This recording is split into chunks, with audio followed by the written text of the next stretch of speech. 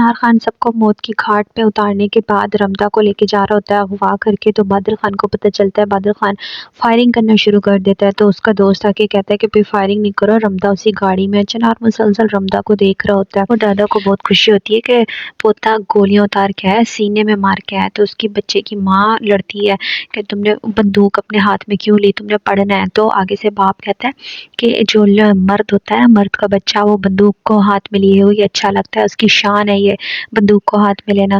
رمدہ بیچاری بے ہوش پڑی ہوئی ہوتی ہے اور اپنی بیوی کو کہتا ہے اس کا خیال کرنا ہے، تو وہ کہتی ہے خیال وہ بھی میں تو کبھی نہ کروں۔ دوسری طرح بیچاری رمدہ کی ماں پاگل ہو رہی ہوتی ہے، صدمے سے تین میتیں اس کی آنکھوں کے سامنے۔ اتنا حوصلہ تو کسی میں نہیں ہوتا کہ اپنے شوہر، اپنے دو بیٹے جوان کو اپنے سامنے مرا ہوا دیکھ کے آواز کھو بیٹھتی ہے۔ سب کہتے ہیں کہ کہاں پہ دفنایا، کیا انہیں قبرستان لے کے جائیں؟ تو پھر ان کو اس کا دوست درویش کا جو دوست ہوتا ہے وہ کہتا ہے درویش کو بہت پسند تھا اپنا گھر، اور ہم نہیں چاہتے کہ چنار اس گھر پہ قبضہ کرے، تو اسی کے گھر میں انہوں کو دفناتے ہیں۔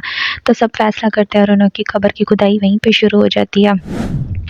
تو چنار پوچھتا ہے اپنے قریبی ساتھی سے کہ جو اس کا دلہا تھا وہ مرا ہے کہ نہیں مرا؟ کہتا ہے نہیں جی، اس کی تو ابھی تک کوئی وہ نہیں ہے، لیکن میں نے اسے مارا تو تھا، لیکن اس کی ابھی لاش نہیں ملی۔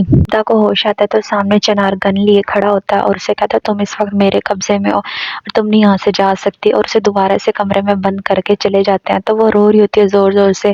چنار کی جو پہلی بیوی ہوتی ہے میرا، وہ اسے حوصلہ دیتی ہے کہ دوسری بیوی آ کے اتنا اسے سناتی ہے، کہتی ہے کہ یہ کوئی مرگ خانہ نہیں ہے جو یہاں پہ یہ شور کر رہی ہے، اسے چپ کرواؤ، مجھے یہ برداشت نہیں ہے بالکل بھی۔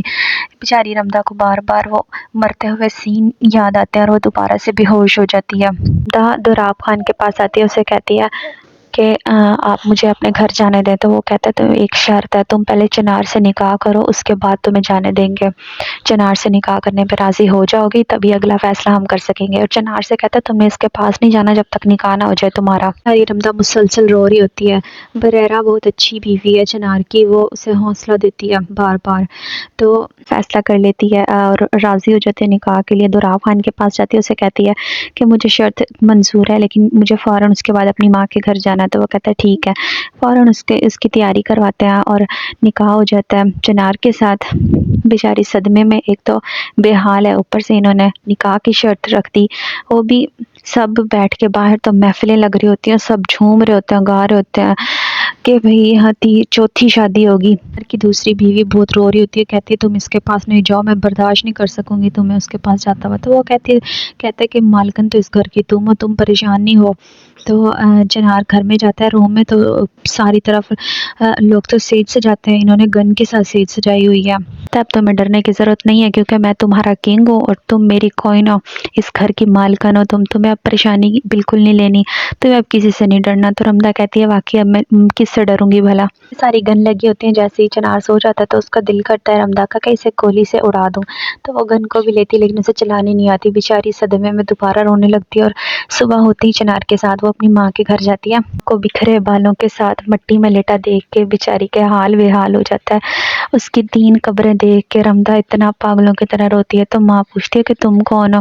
تو وہ کہتی کہ میں تمہاری بیٹی ہوں ماں، رمدہ ہوں۔ تو وہ کہتی نہیں اس کی تو شادی ہو گئی تھی، وہ اپنے گھر میں ہے، تم کوئی اور ہو۔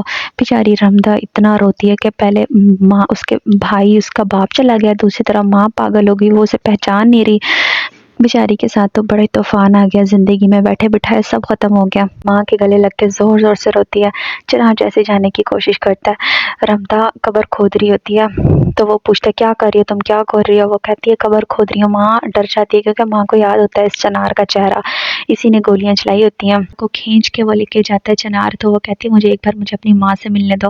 وہ بیچاری بھاگ کے اپنی ماں کے گلے لگتی ہے اور ماں سے قسم کھاتی ہے، کہتی ہے قسم ہے مجھے اس جگہ کی، جو میں نے قبر کھودی ہے نا، یہ اس چنار کے لیے کھودی ہے، اگر اس کو نہ مار سکی نا تو خود اسی قبر میں مر جاؤں گی میں، یہ میرا آپ سے وعدہ ہے۔ ماں بیچاری ماں اتنا روتی ہے، واپس آتی ہے، بریرہ پوچھتی ہے کہ یہ تم نے کیسا حال کیا ہوا ہے اپنا، مٹی ہوئی پڑی ہو، جاؤ جا کے اپنے کپڑے چینج کرو۔ تو وہ اتنا روتی ہے کہ میری ماں پاگل ہو گئی ہے۔ یہاں پہ ایک نئی لڑکی اپانا کی بھی انٹری ہوئی ہے، وہ اسے چچی بولتی ہے، رشتے میں اس کی چچی لگتی ہے، تو بیٹھے ہوتے سب باتیں کر رہے ہوتے ہیں، اتنے میں اس کی دوسری بیوی آتی ہے، وہ کہتی ہے یہ کیا دشمنوں کی بیٹی کے ساتھ تم لوگوں نے محفلیں سجائی ہوئی ہیں، چلو اپنا کام کرو، جا کے سالن پکاؤ، تم بریرہ اٹھو سب یہاں سے۔ بادل خان صدمے میں بیچارہ مرا جا رہا ہے کہ میرے سامنے میری دلہن کو اڑا کے لے گئے، مجھے برداشت نہیں ہو رہی ہے والی بات۔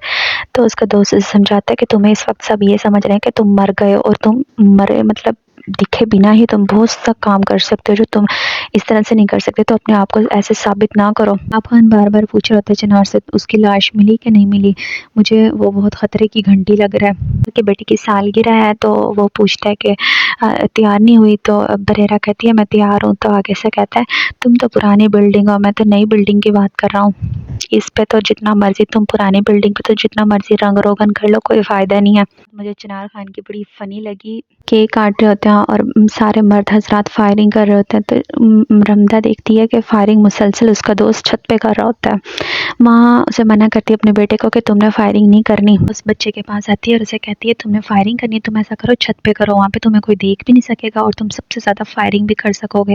اس بات پہ وہ بچہ خوش ہو جاتا ہے اور چھت پہ جانے کا فیصلہ کر لیتا ہے۔ چھت پہ جیسے ہی گن کو نکالتا ہے اور فائرنگ کرنا شروع کر دیتا ہے، سب نیچے مست ہوتے ہیں۔ نیچے رمدہ انتظار کر رہی ہوتی ہے کہ کب اس کے بیٹے کے گولی لگے، اتنے میں اس کا دوست فائرنگ کرتا ہے اور سیدھا اس کے سینے میں جا کے لگتی ہے گولی اور وہ نیچے آ کے گر جاتا ہے، لیکن سب ناچ رہے تھے، انہیں پھر بھی فکر نہیں ہوتی کہ اس کا بیٹا مر گیا۔ اتنے میں چنار کی نظر پڑتی ہے اپنے بیٹے پہ، اس کا بیٹا خون میں لت پت ہوا پڑا ہوتا ہے۔ اسے پتہ چل جاتا ہے کہ یہ گولی اس کے دوست نے ماری ہے، لیکن دوست کو نہیں پتہ ہوتا۔ اب پتہ چلا ہے چنار کو اور اس کی بیوی کو کہ دکھ ہوتا کیا ہے، کسی کے مرنے کا کیا غم ہوتا ہے۔ صدمے سے نڈھال ہوتے ہیں، پاگل ہو رہے ہوتے ہیں، اپنے بچے کو دیکھ دیکھ کے مری جا رہی ہوتی ہے۔ چنار کی بھی شکل دیکھنے والی ہے، چنار کے ساتھ تو بہت اچھا ہو گیا نا، رمدہ نے اپنی پہلی بازی جیت لی ہے۔ خان بہت دکھی ہوتا ہے اور جیسے اسے دفناتے ہیں، دفنانے کے بعد وہ دوسرا کام سر انجام دیتا ہے کہ آپ گھر جائیں، مجھے ضروری کام نپٹانے ہیں، تو اپنے دوست کو بلوا لیتا ہے اور اسے کہتا ہے تم تو کہتے تھے نا تمہارا بھتیجا تمہاری جان ہے، تو تم کہاں جا رہے تھے، چلو آؤ جا کے وہ پڑھتے ہیں، فاتحہ پڑھتے ہیں۔ جیسے فاطمہ پڑھ رہے ہوتے ہیں تو وہ بھاگ رہا ہوتا ہے دوست، کیونکہ اسے پتا ہوتا ہے یہ مجھے چھوڑے گا نہیں، اس کے سیدھی ٹانگ پہ گولی مار کے اور کھڈا کھود کے اسے ایسے ہی دفن کر دیتے ہیں، بیچارے کو مارتے بھی نہیں ہیں، صرف ٹانگ پہ گولی لگی ہوتی ہے۔ جیسے گھر پہ آتا ہے تو اس کی بیوی پوچھتی ہے کہاں پہ ہے میرا شوہر، تو وہ کہتا ہے بھابھی وہ میرا دوست تھا سگا، لیکن اب وہ اس دنیا میں نہیں ہے، وہ چلا گیا تھی، میں تو تمہیں بھائی سمجھتی تھی، تم نے اپنی بہن کو بیوہ کر دیا، تم نے اچھا نہیں کیا، خدا تم سے پوچھے گا، وہ خوب بد دعائیں دیتی ہے۔